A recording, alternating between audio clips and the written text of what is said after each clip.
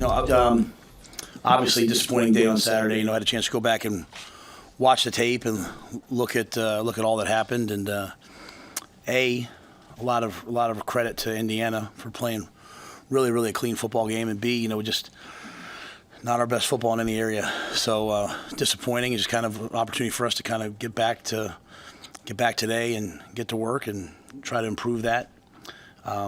We have obviously a great test ahead of us, but we're excited to move forward. So with that, I'll take all your guys' questions. You watched the defensive film. What were your main takeaways about why you struggled on defense to that level? Yeah, we struggled at the corner position. They isolated some one-on-one throws and one-all. Those are 50-50 balls. So you should come down. You should win 50% of the time, and they won most of them. So then we were kind of maybe a little bit more off, and they took a lot of free access. But really, the game came down to me to the run game. We were not able to stop the run, and really, in some cases, in some, like as I said the other day, like some inexplicable, like we're blitzing into the run, and there's an unblocked defender, and we just didn't tackle, didn't play well. In the second half, go back for that game now. It's 14-7 with 4 minutes left in the first half. And we call that the middle eight. The last four, the first four. We've been historically very good in that area, and we weren't good. And you as a head coach, I think you always have to start with like, what do I regret? What do I not regret? Coming out in the second half, it's 28-7. We drive the ball down there. It's 4th and 8, 4th and 9. Probably should have kicked the field goal there. The analytics say no. The analytics say go for it. And there's a big part of me that wants to show the guys you're always playing to win, and it felt like a lot of times in that game we were playing not to lose. And I think defensively, the minute you lose that edge of I'm playing to win, where you're trying not to lose, a really good defense becomes very average very quickly. And so, but I put them in harm's way in the second half by going for 4th down, trying to get back in the game.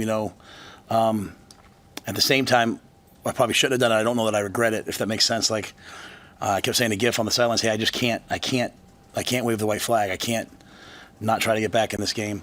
But to answer your question, so I think that's what made the score so bad. But we from the very beginning, we were not tackling at the level we're capable of. We were not that first 4th and 3rd and 1. If an unblocked defender there, it doesn't make the play. So we just was bad all around. Were going for none, and they were getting them for 20. How would you size up just the perimeter blocking and where that's at right now? Our perimeter blocking has been a deficiency for us the entire year and continues to be.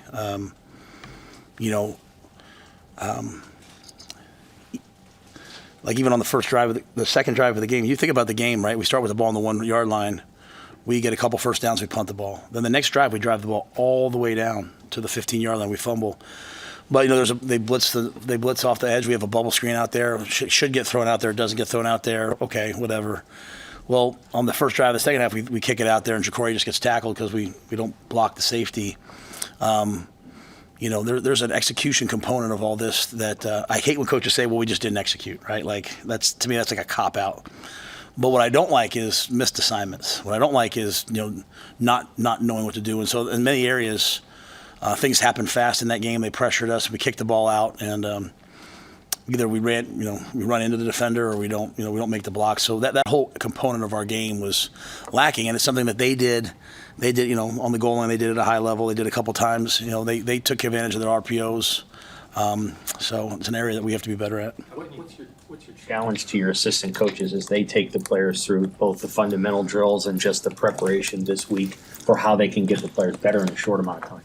Yeah, Keith told me, I do a good job in season of just staying very locked in and not reading stuff and listening to stuff. But Keith kind of said like, hey, he said to me today, your statement of I didn't see this coming is getting traction. To which I would say, and I'm just going to get your point, if I saw this coming, then you guys should all be very nervous. Like I thought we were going to play well, and I thought we had a great bye week. And we legitimately, Sam, I'm telling you, we legitimately worked on these things over and over. Now, sometimes, no one's going to want to hear this. Sometimes maybe it'll show up this week, maybe it'll show up the next week. But these are not things we haven't done all year, all spring. we got to that moment and, we just didn't do the things I know we're capable of doing. And so I hate when coaches walk in after a game and say, hey, that's on me. But I really felt that way because, I know what we're capable of doing, and we didn't do it. We just weren't ready for that moment. We weren't ready for that game. We weren't ready and it felt like that all the way up. Even in pregame, it felt awesome. So to your point, I think there's a challenge sent to the coaches. There's also a challenge sent to the players. These are grown men. You're supposed to block that guy. Block him. Block him. There's a couple of plays. Emmett spins out of one, and if the guy would have blocked the safety on the backside, he'd gone for a touchdown. I just show the guys as a team how much we all affect each other. A missed block on a bubble screen leads to a 4th and 8 pick, which leads to the ball going all the way down to the 20, which leads to a touchdown. Everyone's got to do their job and do it at a high level. So, to me, this happened to us. We allowed it to happen. It stunk. It hurt. We'll find out a lot about ourselves moving forward. We'll find out about the coaches. We'll find out about the players. We'll find out about me. The last thing we're going to do is sit around and be victims. So yeah. There's areas that we struggled in that game, but at the same time, we haven't struggled tackling like we did in that game. We haven't struggled getting off blocks. We haven't struggled guys. We haven't done that, and so we did it in that game. So I think today we took a deep step back, and then we'll attack the week. You've had 5 turnovers in the last 6 quarters. I think before that you only had 3 in 22 quarters.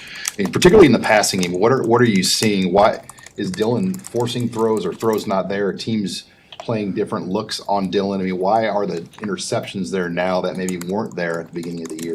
I think a smarter coach probably would have just settled the game. When you're down 35-7, would have settled the game down. In my mind, the long game is that Dylan's going to have to learn how to play in those moments, right? Intense pressure, trying to get the team back in the game. So we probably could have minimized that. You go through the interceptions. The first one's 4th and 8. I think if Thomas came up here, he would say, man, I have the defender outside me. I'm supposed to hook in on double. It's an option route. He caught that on the first down. If I would have turned in and read the coverage right, Dylan would have thrown me the ball. It'd have been a first down. The thing about Dylan is Dylan's not going to walk in the postgame press conference and say, hey, those ones aren't on me. He's just going to walk in and say, I have to play better. And he does. We all have to play better. But, so we're at crucial 4th and 8. If the game's a little different, maybe we kick that field goal. Dylan, he doesn't have that one there. Then the one with the scramble, he's scrambling to his left. Jacory sees him scramble, so he throws it to Jacory. Jacory takes off because that's how we teach scramble.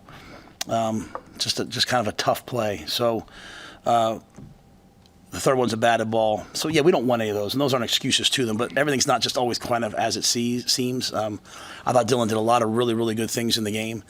Unfortunately, the game plan we had going in when it hit 28-7 kind of starts to alter a little bit, right? All right, well, we're going to have to throw the ball a little bit more than we maybe wanted to. Indiana's an elite pass rush team. And so our hope was to be able to mix the run and the pass when it got away from us. But I don't think people are doing anything differently. I think, each week we're facing better teams, and we have to continue to improve and play better. And but that all goes together, right? We're talking about the perimeter blocking.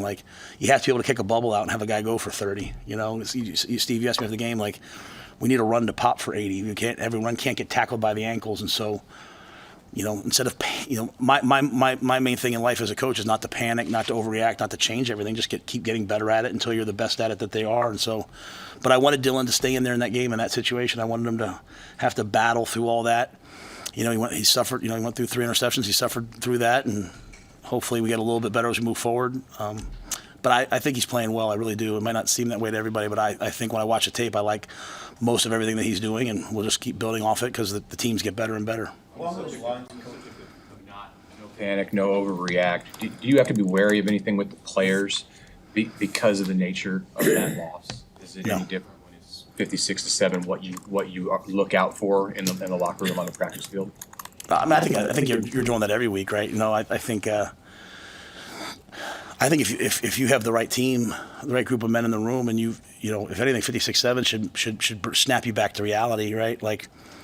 It's again, it's we had some success defensively the last game, and all of a sudden, I'm more worried about success leading to complacency than I do about coming back from something hard.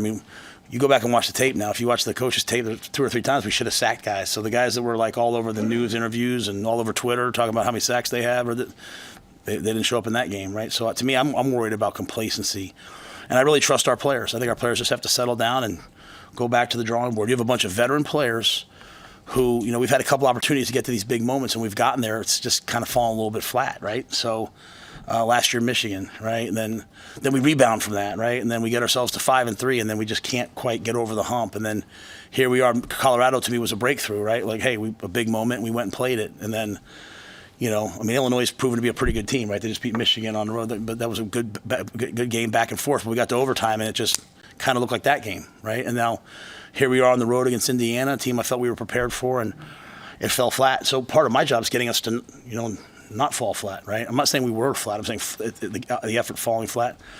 But I don't worry about our guys not competing. I really honestly don't. That's the least of my worries. I don't. How do you